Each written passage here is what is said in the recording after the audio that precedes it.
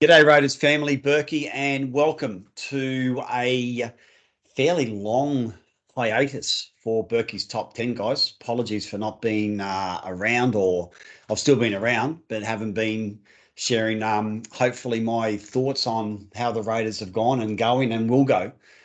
So what the last one of, the last 9 of 10. So yeah, guys, just want to come back in today. Massive game, isn't it? Like, it's huge, particularly at Parramatta. But I'm quietly confident, to be honest with you. And yeah, so want to dive into top 10. There's a lot to cover on this type of game. So I think looking at the game and starting off, I think the big one, it might just be very simple, is the kickoff. So if I'm playing these games and having played them before, my preference, if we win the toss, is to kick off to Parramatta, not to receive the ball.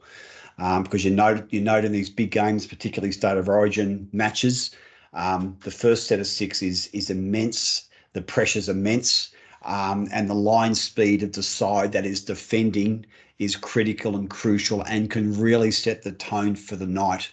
So if we can kick off the Parra, and then belt them for the first 5 tackles, and they're kicking, from say their 20-metre line or 25-metre line, it's straight away a win, because, hopefully the back three of them getting the ball on the halfway or the 40-metre line, and we're back into attack. And it just gets everyone involved, I think, in the defensive line, instead of, thinking about catching the ball and you've got 3 or 4 defenders coming at you and you're trying to get out. So always prone to a little bobble or a little mistake when you're trying to bring the ball out in that first set of six.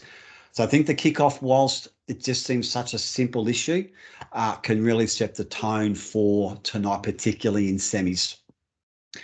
Number 2, I've gone for Dylan Brown and Sean Lane. So their left edge, which is our right edge, which is probably not our best edge in defence. So it's Jamal, it's Elliot, it's Matt Timoko, and it's Nick.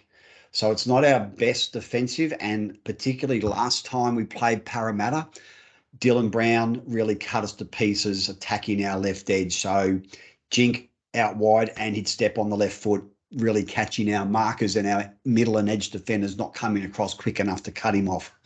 I can see that doing a lot tonight. Now, the thing with Dylan Brown and Sean Lane, 9 times out of 10 when they're attacking, Dylan Brown will hit short lane with a short ball. So I guarantee you tonight, the first 2 or 3 sets of 6 Parramatta have in attack.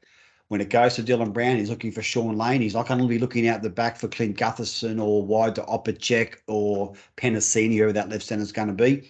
He's going to be hitting Dylan Brown. He wants Dylan Brown to get his nose through our defensive line, get an offload from there. But if he does get tackled, he wants him to hit the ground on his stomach, quick play the ball, and he'll circle back to that short side as well. So we just got to be really mindful of that. That's going to be Parramatta's play all night on that left edge. He's trying to get Sean Lane involved some way.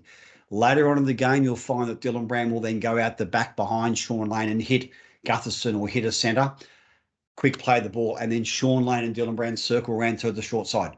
So we've really got to be on our guard on that short side constantly, get up in numbers, and make sure that we're not having a staggered defensive line. Dylan Brown's a danger, but if you look back to last week, when we had to defend, or our game plan last week would have been, real good pressure on Harry Grant, Jerome Hughes and Cameron Munster. It's no difference this week with Dylan Brown, Reid Marnie and Mitchell Moses. So they're the 3 that we really have to hone in on and put a lot of pressure on. Number 3, a lot's been made of it. Our bench versus their bench. Like, our bench the last 6-7 weeks has been pretty epic. Tommy, Emre, Corey and Sutto, who's back, which is great, compared to Makatoa, Jake Arthur, Kafusi, Niokore. Obviously, the big talking point's Jake Arthur. I can't see him getting a game tonight unless there's an injury in the halves. And as we've experienced this year as Raiders supporters, when Ricky had a back on the bench, whether I think we had Shans for a couple of weeks and Shans had 5 minutes game time in like 2 or 3 weeks on the bench, Ricky never played him. I can see the same thing tonight. And in these big games, rotations are critical. So we've got 4 subs that we can rotate really well with the speed and the intensity and the physicality of this game. Parramatta are only having 3 on the bench, in my opinion, only 3 that could legitimately take the field consistently and have rotation. And they get an injury. I just don't know where they're going to play Jake Arthur, particularly if they have an injury in the forwards. So I think we've had a little win there, not by our doing. I just think a poor coaching selection from Parramatta has really given us some really good grunt and impetus with our bench rotation. Number 4, make Moses defend. So as we know, he was concussed last week. We really need to be working him over in defence. So, he's right edge, which is our left edge. So our best attacking edge with Jack, with Hudson Young, with Seb Chris, so we've got a really big bodies there. So if Moses makes a tackle, the next ruck has got to be straight back at him. Work him over with 2 or 3 repeats in defence, because seriously, that concussion last week was pretty vicious, and it's going to be in the back of his mind. So we've got to make sure that we keep him thinking about it all night and really work him over in defence. We can't just go to him then go back the other way. If there's an opportunity there where we can engage him in a low tackle, or he needs to make a desperate low tackle, then we've got to make sure that we work him, because that's just the gamesmanship and nature of the beast to win these games. We've got to think up here and make sure that we look for a weakness if there's one presented to us, and that's definitely a weakness tonight. Once again, number 5, Moses' kicking game. So that sort of leads into then his attacking play. If he's buggered and he's not thinking correctly, or he's a bit fuzzy, or he's still subconsciously thinking about last week, then we can really get under his skin with the kicking game. Now, he's their main kicker. They don't have any other kickers. Reed Marnie occasionally, but 9 times out of 10, Moses is going to be their kicker. Dylan Brown rarely kicks. We're lucky we've got Jack left foot, Jamal Fogarty right foot. Tommy can dink him into the corner if need be. So we've got, 2 or 3 options. And that's really, really important in these big games to have a really sound kicking game. 9 times out of 10, Moses does bombs, big bombs. Our kicks, Jack dinks it to the corner. Jamal does the high ones. And Jamal's kicking game last week was pretty epic in that he put them right on the goal line every time, which was brilliant. Jack does the dinks, rolls them to the corner. Our defence race up and really smashes Parramatta into those corners, which is so important to have those guys running out of those corners as much as possible. So if we can get to the Moses kicking game, I think that's really going to open up a lot of opportunities for us. Our offloads. So last week, Melbourne hated second phase and third phase play. No different with Parramatta. They've got big forwards. They've got Ryan Madison, Regan Campbell-Gillard Jr. They've got Oregon Kafusi when he comes on, Niokora.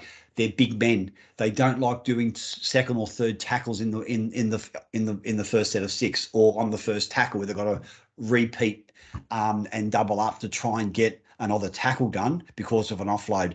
I think if we can get some offloads happening with Corey, Taps, and Papa, it's just going to really start to tire Parramatta out. So offloads are critical.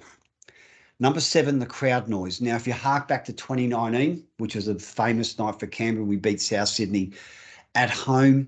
We were basically in front all night, and the crowd noise was immense. So tonight, away from home, 26,000. It's really important if we can get a score early, whatever the score is, it takes the crowd away from the game. If Parramatta get their nose in front, big crowd like that, it's worth 6 to 10 points if they get a bit of momentum. If we can get the crowd noise out and soften, what's happening around us, then it just can help us focus a lot more. Parramatta don't have the crowd involved, which acts like a 14th or 15th man. So if we can get a score early, it's going to really help our cause. Number 8, Upper and Taps versus Junior and Regan Campbell-Gillard. The thing I like about this matchup for us is the long minutes Papali and Tarpany have been playing. Paulo and Regan Campbell-Gillard, 15 to 20, they're going to be off. They don't play 40, 50, 60 minutes straight like Taps did last week. I think he played 45 or 50 straight, come off for 10, then was on for the last 20. Same with Papa. Last week he played at least 50 to 60 minutes of that game. Those guys for Parramatta don't do it. They play 45, maybe 50. And with the speed tonight's game's going to be, it's going to be even better that our guys are on for the longer minutes. So, yeah, that matchup's going to be really, really critical early that we win it. But even at the end of the game, if it's tight, those last 15 to 20, having those guys on and fresh and playing long minutes can really set us up in the middle part of that game. Our back three. So this is where I think we have to get meters. Xavier, Nick, and Jordan, Gutherson, Sevo, Blake. So as I said earlier, our kicks to those three have to be on the ground. We can't give them a full wind-up or a full head of speed getting it back to our 30, 40 metre line. So our kicks have to be really good grubbers, or if we are going to bomb, they've got to be right on the try line that they stand and then waiting for the ball with us rushing through. But our back three need a lot more meters tonight. Xavier's going to be targeted, no two ways about it. But Nick and Raps, Nick's runs last week were fantastic. Raps got a little bit isolated a few times and couldn't really get some flow or momentum.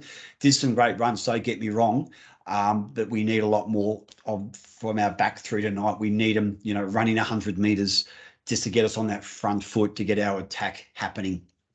And guys, number 10, it's an old saying, it's an old chestnut, don't think, just do. So there's no training Tuesday, or there's no training Thursday if we lose tonight. So we just can't have if onlys. If only I'd tried that, if only I'd done this, if only I'd got to that position, if only I made that extra tackle. Just don't even think tonight. You just have to do it and put everything that we've worked incredibly hard for the whole year, particularly the last couple of months, to get us in this position.